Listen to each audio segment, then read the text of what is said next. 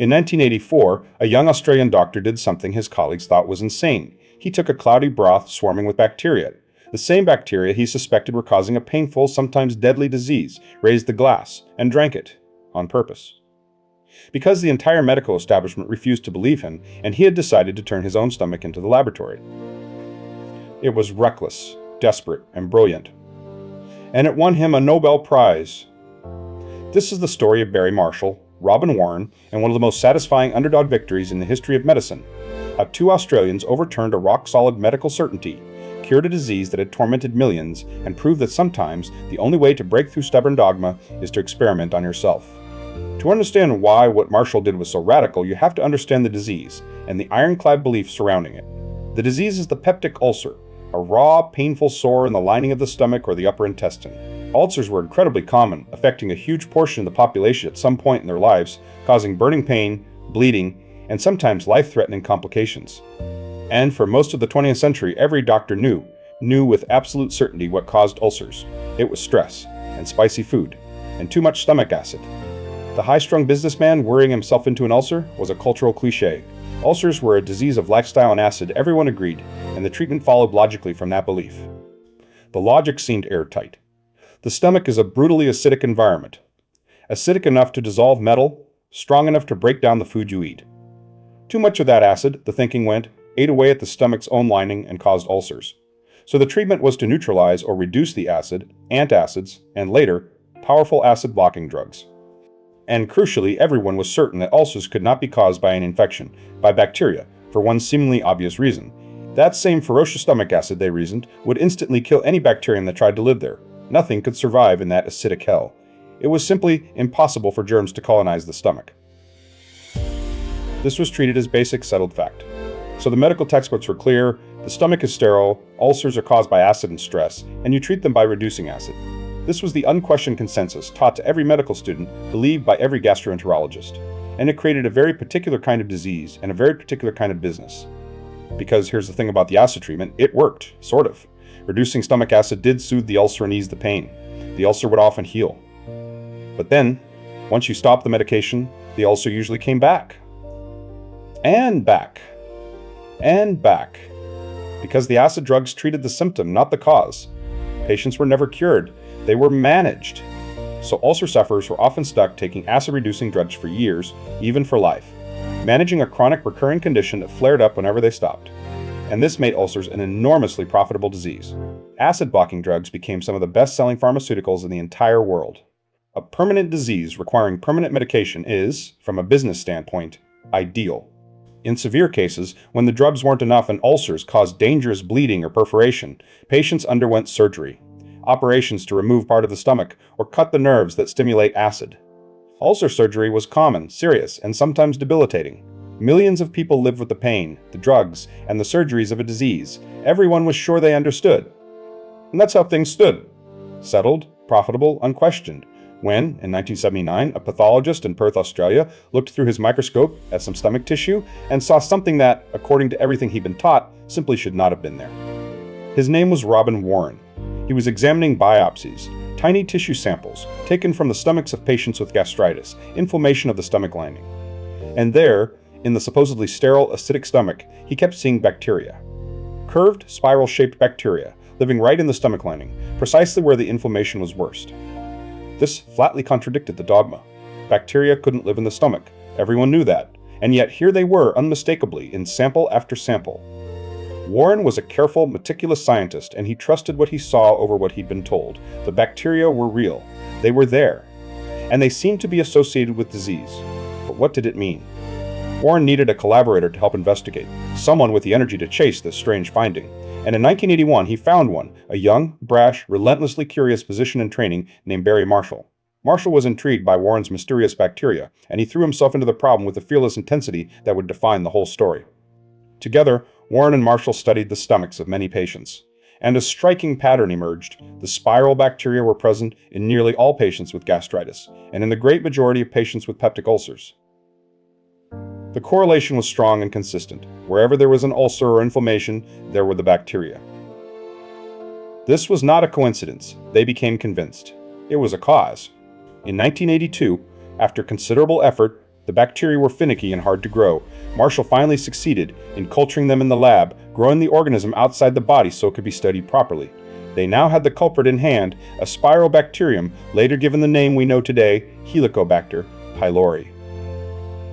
And they had formed a radical hypothesis. Their hypothesis was breathtaking in its implications. If bacteria cause ulcers, not stress, not acid, then ulcers are, at their root, an infectious disease. And infectious diseases can be cured. With antibiotics, kill the bacteria, and you don't just soothe the ulcer, you cure it permanently. No more lifelong acid drugs, no more surgery. A short course of antibiotics, and the disease is gone. It was a beautiful, powerful, testable idea that could transform the lives of millions.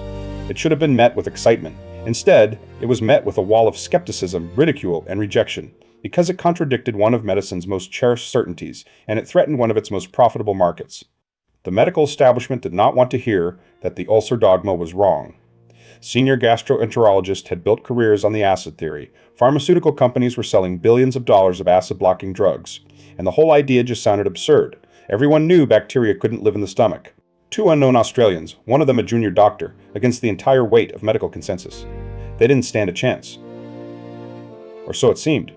Let's be fair to the skeptics for a moment, because their resistance wasn't purely stubbornness. Good science demands strong evidence for extraordinary claims, and Marshall and Warren's early evidence, while suggestive, wasn't yet iron-clad. Correlation isn't causation. Just because bacteria were present in ulcers didn't prove they caused them. Maybe the bacteria simply like to grow in already damaged tissue. That was a legitimate scientific objection.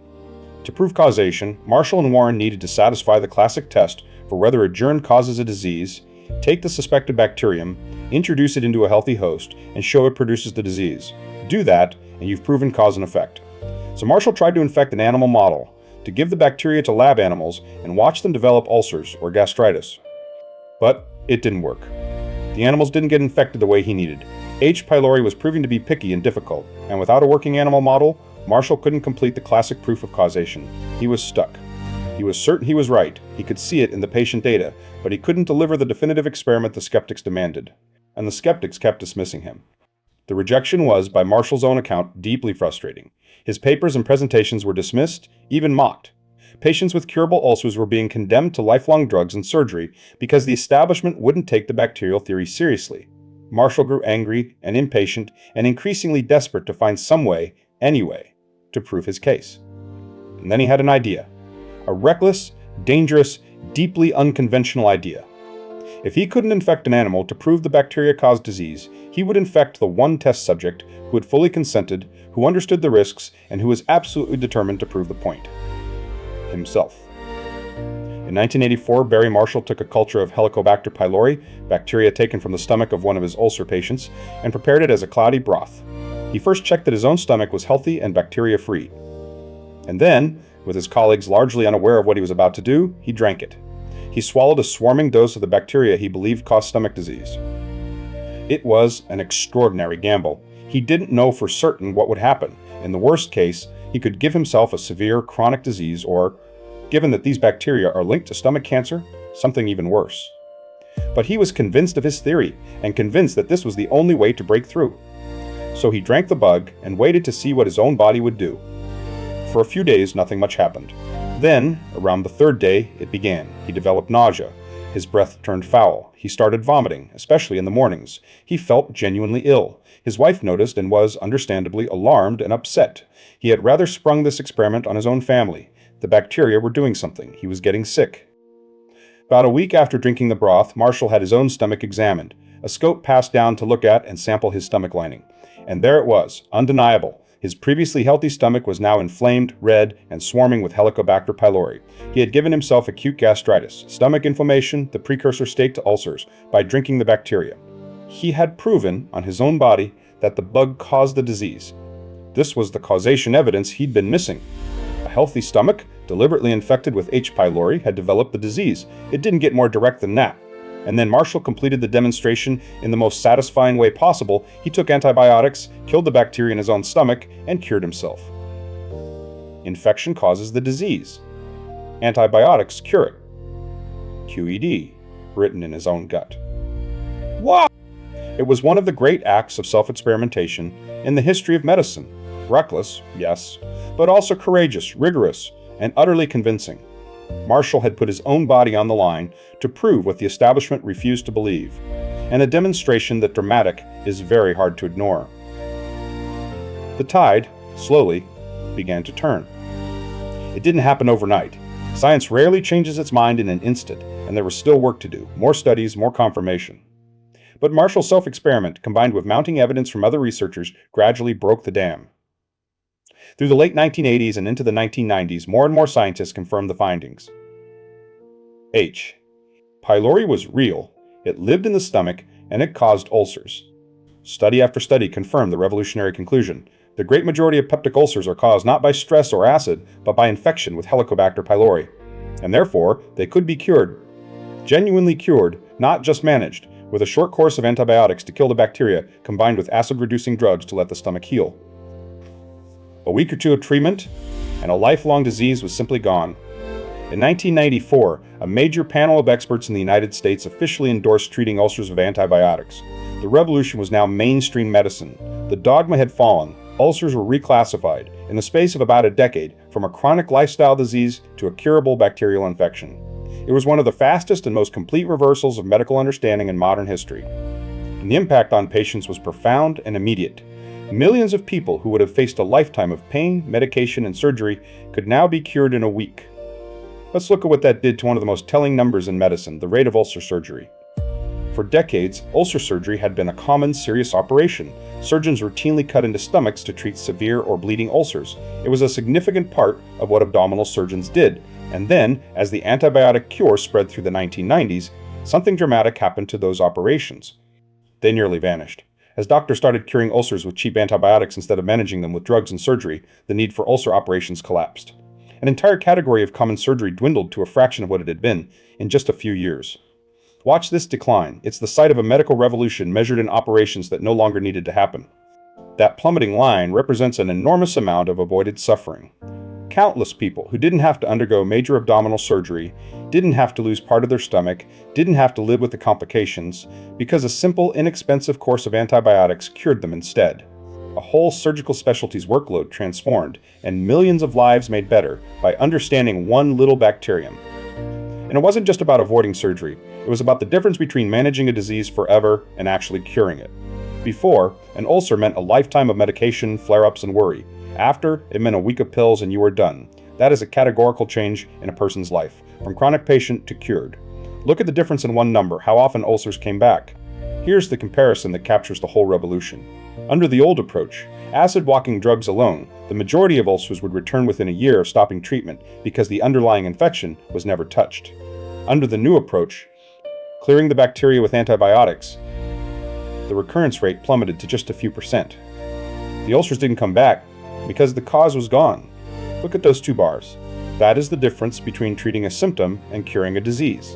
Treat the acid, and 3 out of 4 ulcers come roaring back. Kill the bacterium, and almost none do. That single comparison is why the bacterial theory wasn't just interesting. It was a genuine cure, one of the most impactful advances in modern medicine, and it had been resisted for years. There was another, darker dimension to the discovery too, one that made it even more important. As researchers studied Helicobacter pylori further, they realized it didn't just cause ulcers. Long-term infection with the bacterium is also a major cause of stomach cancer, one of the most common and deadly cancers in the world. In fact, H. pylori became the first bacterium ever officially classified as a definite cause of cancer in humans. It's implicated in the large majority of stomach cancer cases, which means the discovery didn't just cure ulcers, it opened a path to preventing a major cancer. Treating the infection can reduce the risk of stomach cancer down the line. Marshall and Warren had uncovered something even bigger than they first realized. Think about the full scope of it. This one bacterium, dismissed as impossible, causes the great majority of peptic ulcers and a large share of stomach cancers, 2 of the most significant gastric diseases in the world, and it turned out to be astonishingly common. H. pylori infects roughly 2/3 of all the people on Earth. Most carry it harmlessly, but in a significant minority, it causes serious disease. So Warren and Marshall hadn't found some rare, obscure microbe. They'd identified one of the most widespread infections in the human species, living, unnoticed, in the stomachs of billions of people, and connected it to some of our most important diseases. The thing that couldn't exist in the acidic stomach was, in fact, one of humanity's most common companions. And how does it survive that acidic stomach that was supposed to make its existence impossible? With a clever trick. H. pylori produces an enzyme that neutralizes acid in its immediate vicinity, creating a little protective bubble of lower acidity around itself, and it burrows into the protective mucus layer of the stomach lining, sheltering from the worst of the acid. It had evolved, elegantly, to live in the one place everyone was sure it couldn't. Nature had outsmarted the textbook.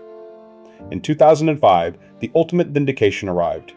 Barry Marshall and Robin Warren were awarded the Nobel Prize in Physiology or Medicine for their discovery of Helicobacter pylori and its role in ulcers and gastritis. The two Australians who had been mocked and dismissed, the junior doctor who drank a glass of bacteria to prove his point. They stood on the stage in Stockholm and accepted science's highest honor. Let's trace the whole arc of it, from a strange observation under a microscope, through years of ridicule and a glass of bacteria, to the Nobel Prize. It's a timeline of how long it can take for the truth to win.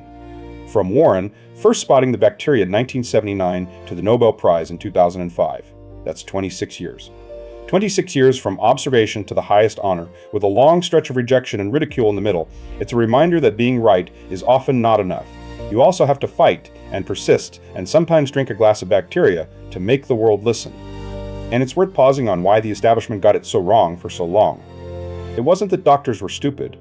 It's that they were captured by a powerful, plausible, and deeply entrenched idea that the stomach was sterile and ulcers were about acid.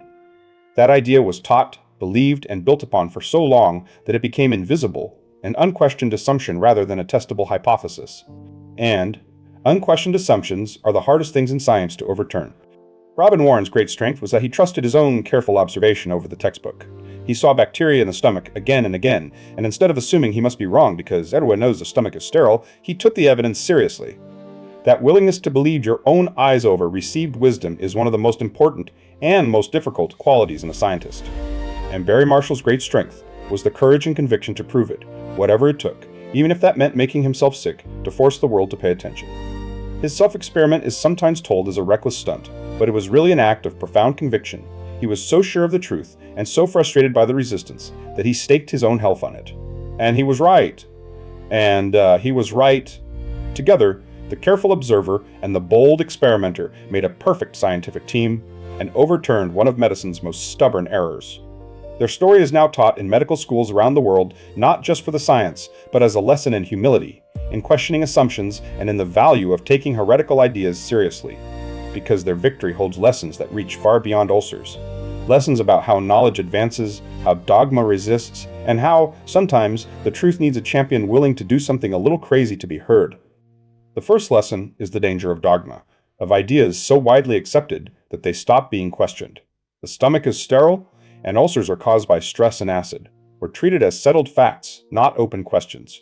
And that certainty actively blinded the medical world to evidence sitting right there under the microscope. The most dangerous ideas in science are often the ones everyone is sure about. It's humbling to realize how much of what everyone knows at any given moment may turn out to be wrong. Medicine has been certain of many things that were later overturned. The lesson isn't to distrust all expertise. Expertise is usually right and hard-won. The lesson is to hold even our strongest beliefs with a little humility and to stay genuinely open to evidence that challenges them, however inconvenient. The second lesson is the power of careful observation. The whole revolution started because one pathologist, Robin Warren, actually looked carefully, repeatedly, honestly, and trusted what he saw. In an age of grand theories and big data, there's still enormous value in patient, honest observation of the world as it actually is, rather than as we assume it must be. Sometimes the biggest breakthroughs start with simply noticing. The third lesson is about the courage to challenge consensus. It would have been easy for Marshall and Warren to give up in the face of so much rejection, to conclude that the establishment must know best, that they were probably wrong. Instead, they persisted, gathered evidence, and fought for their idea for years. Progress often depends on people stubborn enough to keep pushing a true idea against a wall of disbelief. But, and this is important, challenging consensus only counts when you're right and you can prove it.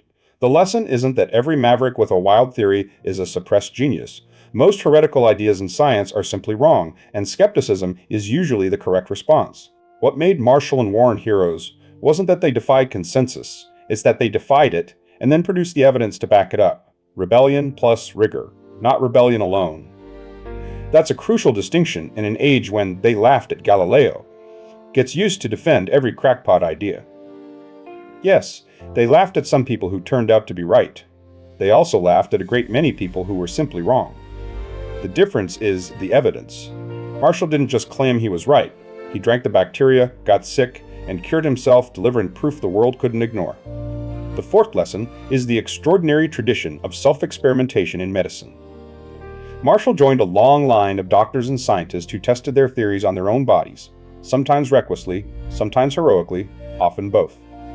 It's ethically fraught, and not something to romanticize carelessly. But there's something undeniably powerful about a scientist so convinced and so committed that they're willing to become the experiment. Marshall's gulp of bacteria worked partly because it was so vivid and personal. Data and statistics can be argued with. A doctor deliberately giving himself a disease and then curing it is a story that cuts through. It dramatized the truth in a way no paper could. Sometimes breaking through requires not just being right, but making the truth impossible to look away from. And the fifth lesson is simply the enormous human payoff of getting it right.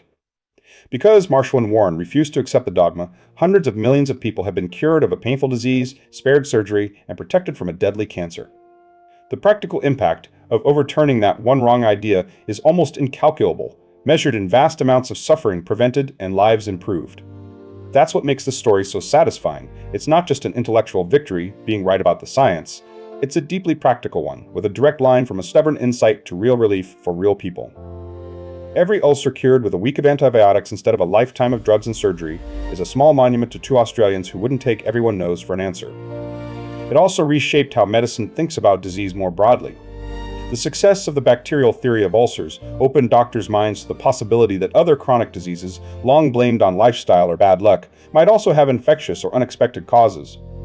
It was a lesson in keeping an open mind about what causes what. A lesson that continues to bear fruit across medicine. So the humble stomach bug taught medicine some of its most important lessons. Question your certainties, trust careful observation, have the courage to challenge consensus. Back your challenge with rigorous evidence, and never underestimate how much good comes from getting the truth right. Not bad for a bacterium that supposedly couldn't even exist. And it gave us two genuine heroes of science, of a very particular kind. Not distant geniuses, but a careful, honest observer and a brash, brave, stubborn experimenter. Ordinary doctors who trusted the evidence, endured ridicule, and changed the world from a hospital in Perth. Their kind of heroism is available to anyone willing to look closely and think independently. Barry Marshall, by the way, made a full recovery from his self-inflicted infection, cured by his own antibiotics, and went on to a distinguished career, a Nobel Prize, and a certain legendary status as the doctor who drank the bug. He's spoken about the experience with characteristic good humor, a scientist who quite literally had the guts to prove his point. Robin Warren, the quieter half of the partnership, is remembered as the sharp-eyed observer whose refusal to dismiss what he saw under the microscope started it all. It's a good reminder that revolutions in knowledge often begin not with a dramatic experiment, but with someone paying honest, careful attention to something everyone else overlooked. Together they remind us that science, at its best, is a self-correcting enterprise. It got ulcers wrong for decades, but then, presented with enough evidence, and pushed by people brave enough to force the issue, it corrected itself, and corrected itself fast. That capacity for self-correction, however slow and reluctant, is exactly what makes science trustworthy in the long run. It can be wrong, but it can also change its mind. So the next time you hear that something is impossible, that everyone knows, some fact, that the science is completely settled and beyond question, remember the ulcer. Remember the sterile stomach that was full of bacteria, the stress disease that was really an infection, the lifelong condition that turned out to be curable in a week. Remember to keep a small, healthy space for doubt. Not the corrosive doubt that rejects all expertise and evidence. That way lies chaos and quackery.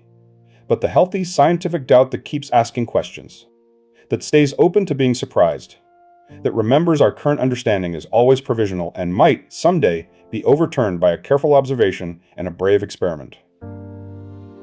That kind of doubt is the engine of progress. Barry Marshall and Robin Warren embodied that spirit perfectly. They doubted the dogma, trusted the evidence, and proved their case, one of them with a glass of bacteria and an iron stomach. And in doing so, they cured a disease, prevented a cancer, and taught medicine a lesson in humility it badly needed.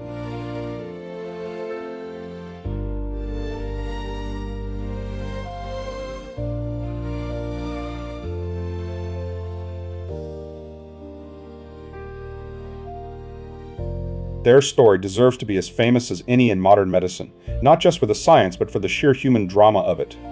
the rejection, the frustration, the reckless gamble, the vindication. It has everything.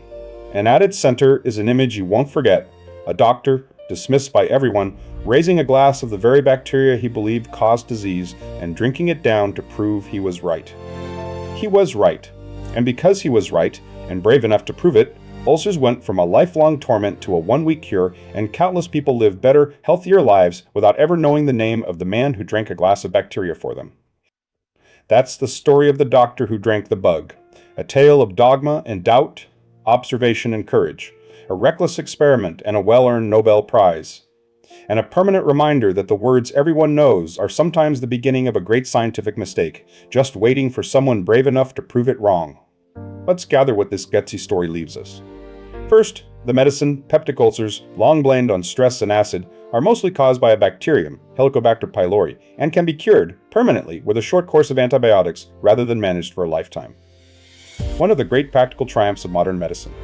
Second, the human drama, two Australians, Robin Warren and Barry Marshall, overturned an entrenched medical dogma against fierce resistance. Warren, by trusting his microscope, and Marshall, famously, by drinking a glass of the bacteria to prove they caused disease, then curing himself. 26 years from that first observation to the 2005 Nobel Prize. Third, the impact. Ulcer surgery collapsed, a lifelong disease became a one-week cure, and the path opened to preventing a major cancer, because H. pylori, which infects 2/3 of humanity, turned out to cause not just ulcers, but much of the world's stomach cancer. The practical payoff of overturning one wrong idea has been almost immeasurable. And fourth, the lessons, the ones to carry with you. Question dogma, even when everyone is certain. Trust. Careful observation over received wisdom. Have the courage to challenge consensus, but back your challenge with rigorous evidence, because rebellion without rigor is just noise. And never forget how much good can come from a single stubborn insistence on the truth. That balance, bold enough to challenge, rigorous enough to prove, is the real heart of it. It's easy to celebrate rebels, and easy to defend authority, but the H. pylori story asks for something harder: the judgment to question the right things, and the discipline to prove your case before you claim victory. Marshall and Warren did both. That's why they were right and why they won. There's a lovely humility in the whole affair too. The mighty stomach acid, the sterile stomach, the stress and acid theory, all of it undone by a tiny spiral bacterium that had been quietly living in human stomachs all along, and by two doctors willing to actually look. It's a reminder that nature is often stranger and cleverer than our theories, and that staying curious and humble is how we keep up with it. So, the next time your stomach hurts, or the next time you hear that something is settled, certain, beyond question, think of Barry Marshall, glass of bacteria in hand, about to prove the entire medical establishment wrong. Think of Robin Warren, trusting the evidence in his microscope. And remember that the truth sometimes needs a champion brave enough and stubborn enough to make the world listen. The story of H. pylori is, in the end, deeply optimistic. It says that even the most entrenched errors can be corrected, that careful observation and honest evidence can triumph over dogma, that an ordinary doctor with a bold idea and the guts to test it can change medicine forever, and that science, for all its stubbornness, does eventually follow the evidence, even when the evidence is a glass of bacteria. It also honors a certain kind of scientist we don't celebrate enough. Not the lone genius with a grand theory, but the careful, dogged, evidence-driven investigator who trusts what they see and refuses to be bullied out of it by the weight of authority. That kind of scientist, patient and stubborn and honest, quietly moves the world forward. Warren and Marshall are their patron saints. And it leaves us with a practical, everyday wisdom: hold your certainties a little loosely. Not everything you're sure of is true. Not everything everyone knows is right. Stay curious, stay humble. Keep looking, keep questioning, carefully, rigorously, honestly. That's not just how science advances. It's a pretty good way to move through life. Because the Ulster dogma didn't fall. Because people stopped believing in evidence. It fell because two people believed in evidence more than they believed in authority. That's the spirit worth carrying. A deep respect for what the world actually shows us, strong enough to overturn even what the textbooks insist must be true. So raise a glass of water, not bacteria please, to Barry Marshall and Robin Warren, to the careful eye and the reckless gulp, to the overturning of a stubborn dogma, the curing of a painful disease, and the beautiful, unlikely victory of two Australians who wouldn't take everyone knows for an answer. Their bacterium, Helicobacter pylori, lives on in the stomachs of billions, and in the story of how we finally understood it. Every ulcer cured, every stomach cancer prevented, Every medical student taught to question dogma carries their legacy forward.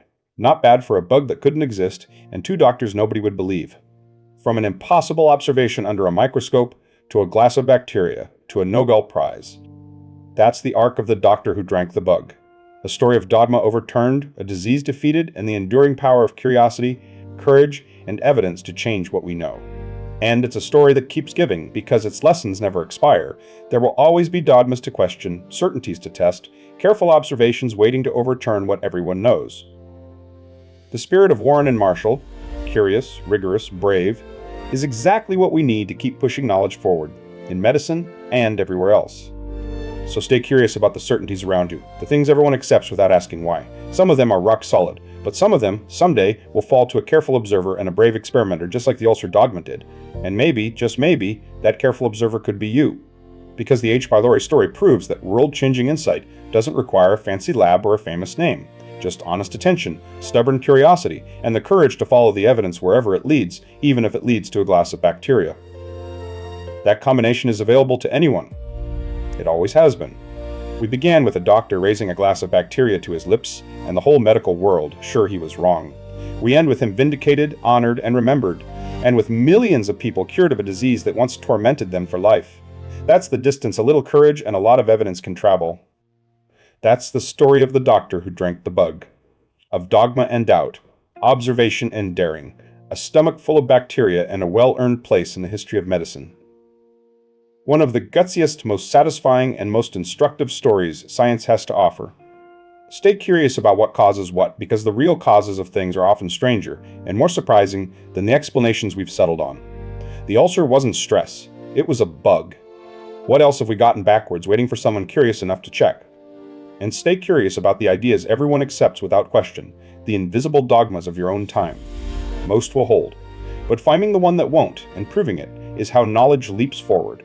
It takes a careful eye, a brave heart, and a healthy disrespect for everyone knows. Warren and Marshall had all three. If this story stuck with you, do two quick things. Hit subscribe. Neat Science brings another forgotten story back to life, and there's a whole playlist of them waiting for you right now. And tell me in the comments, which part of this surprised you the most? I read every single one. So keep exploring. Your next story is just one click away. I'll see you there.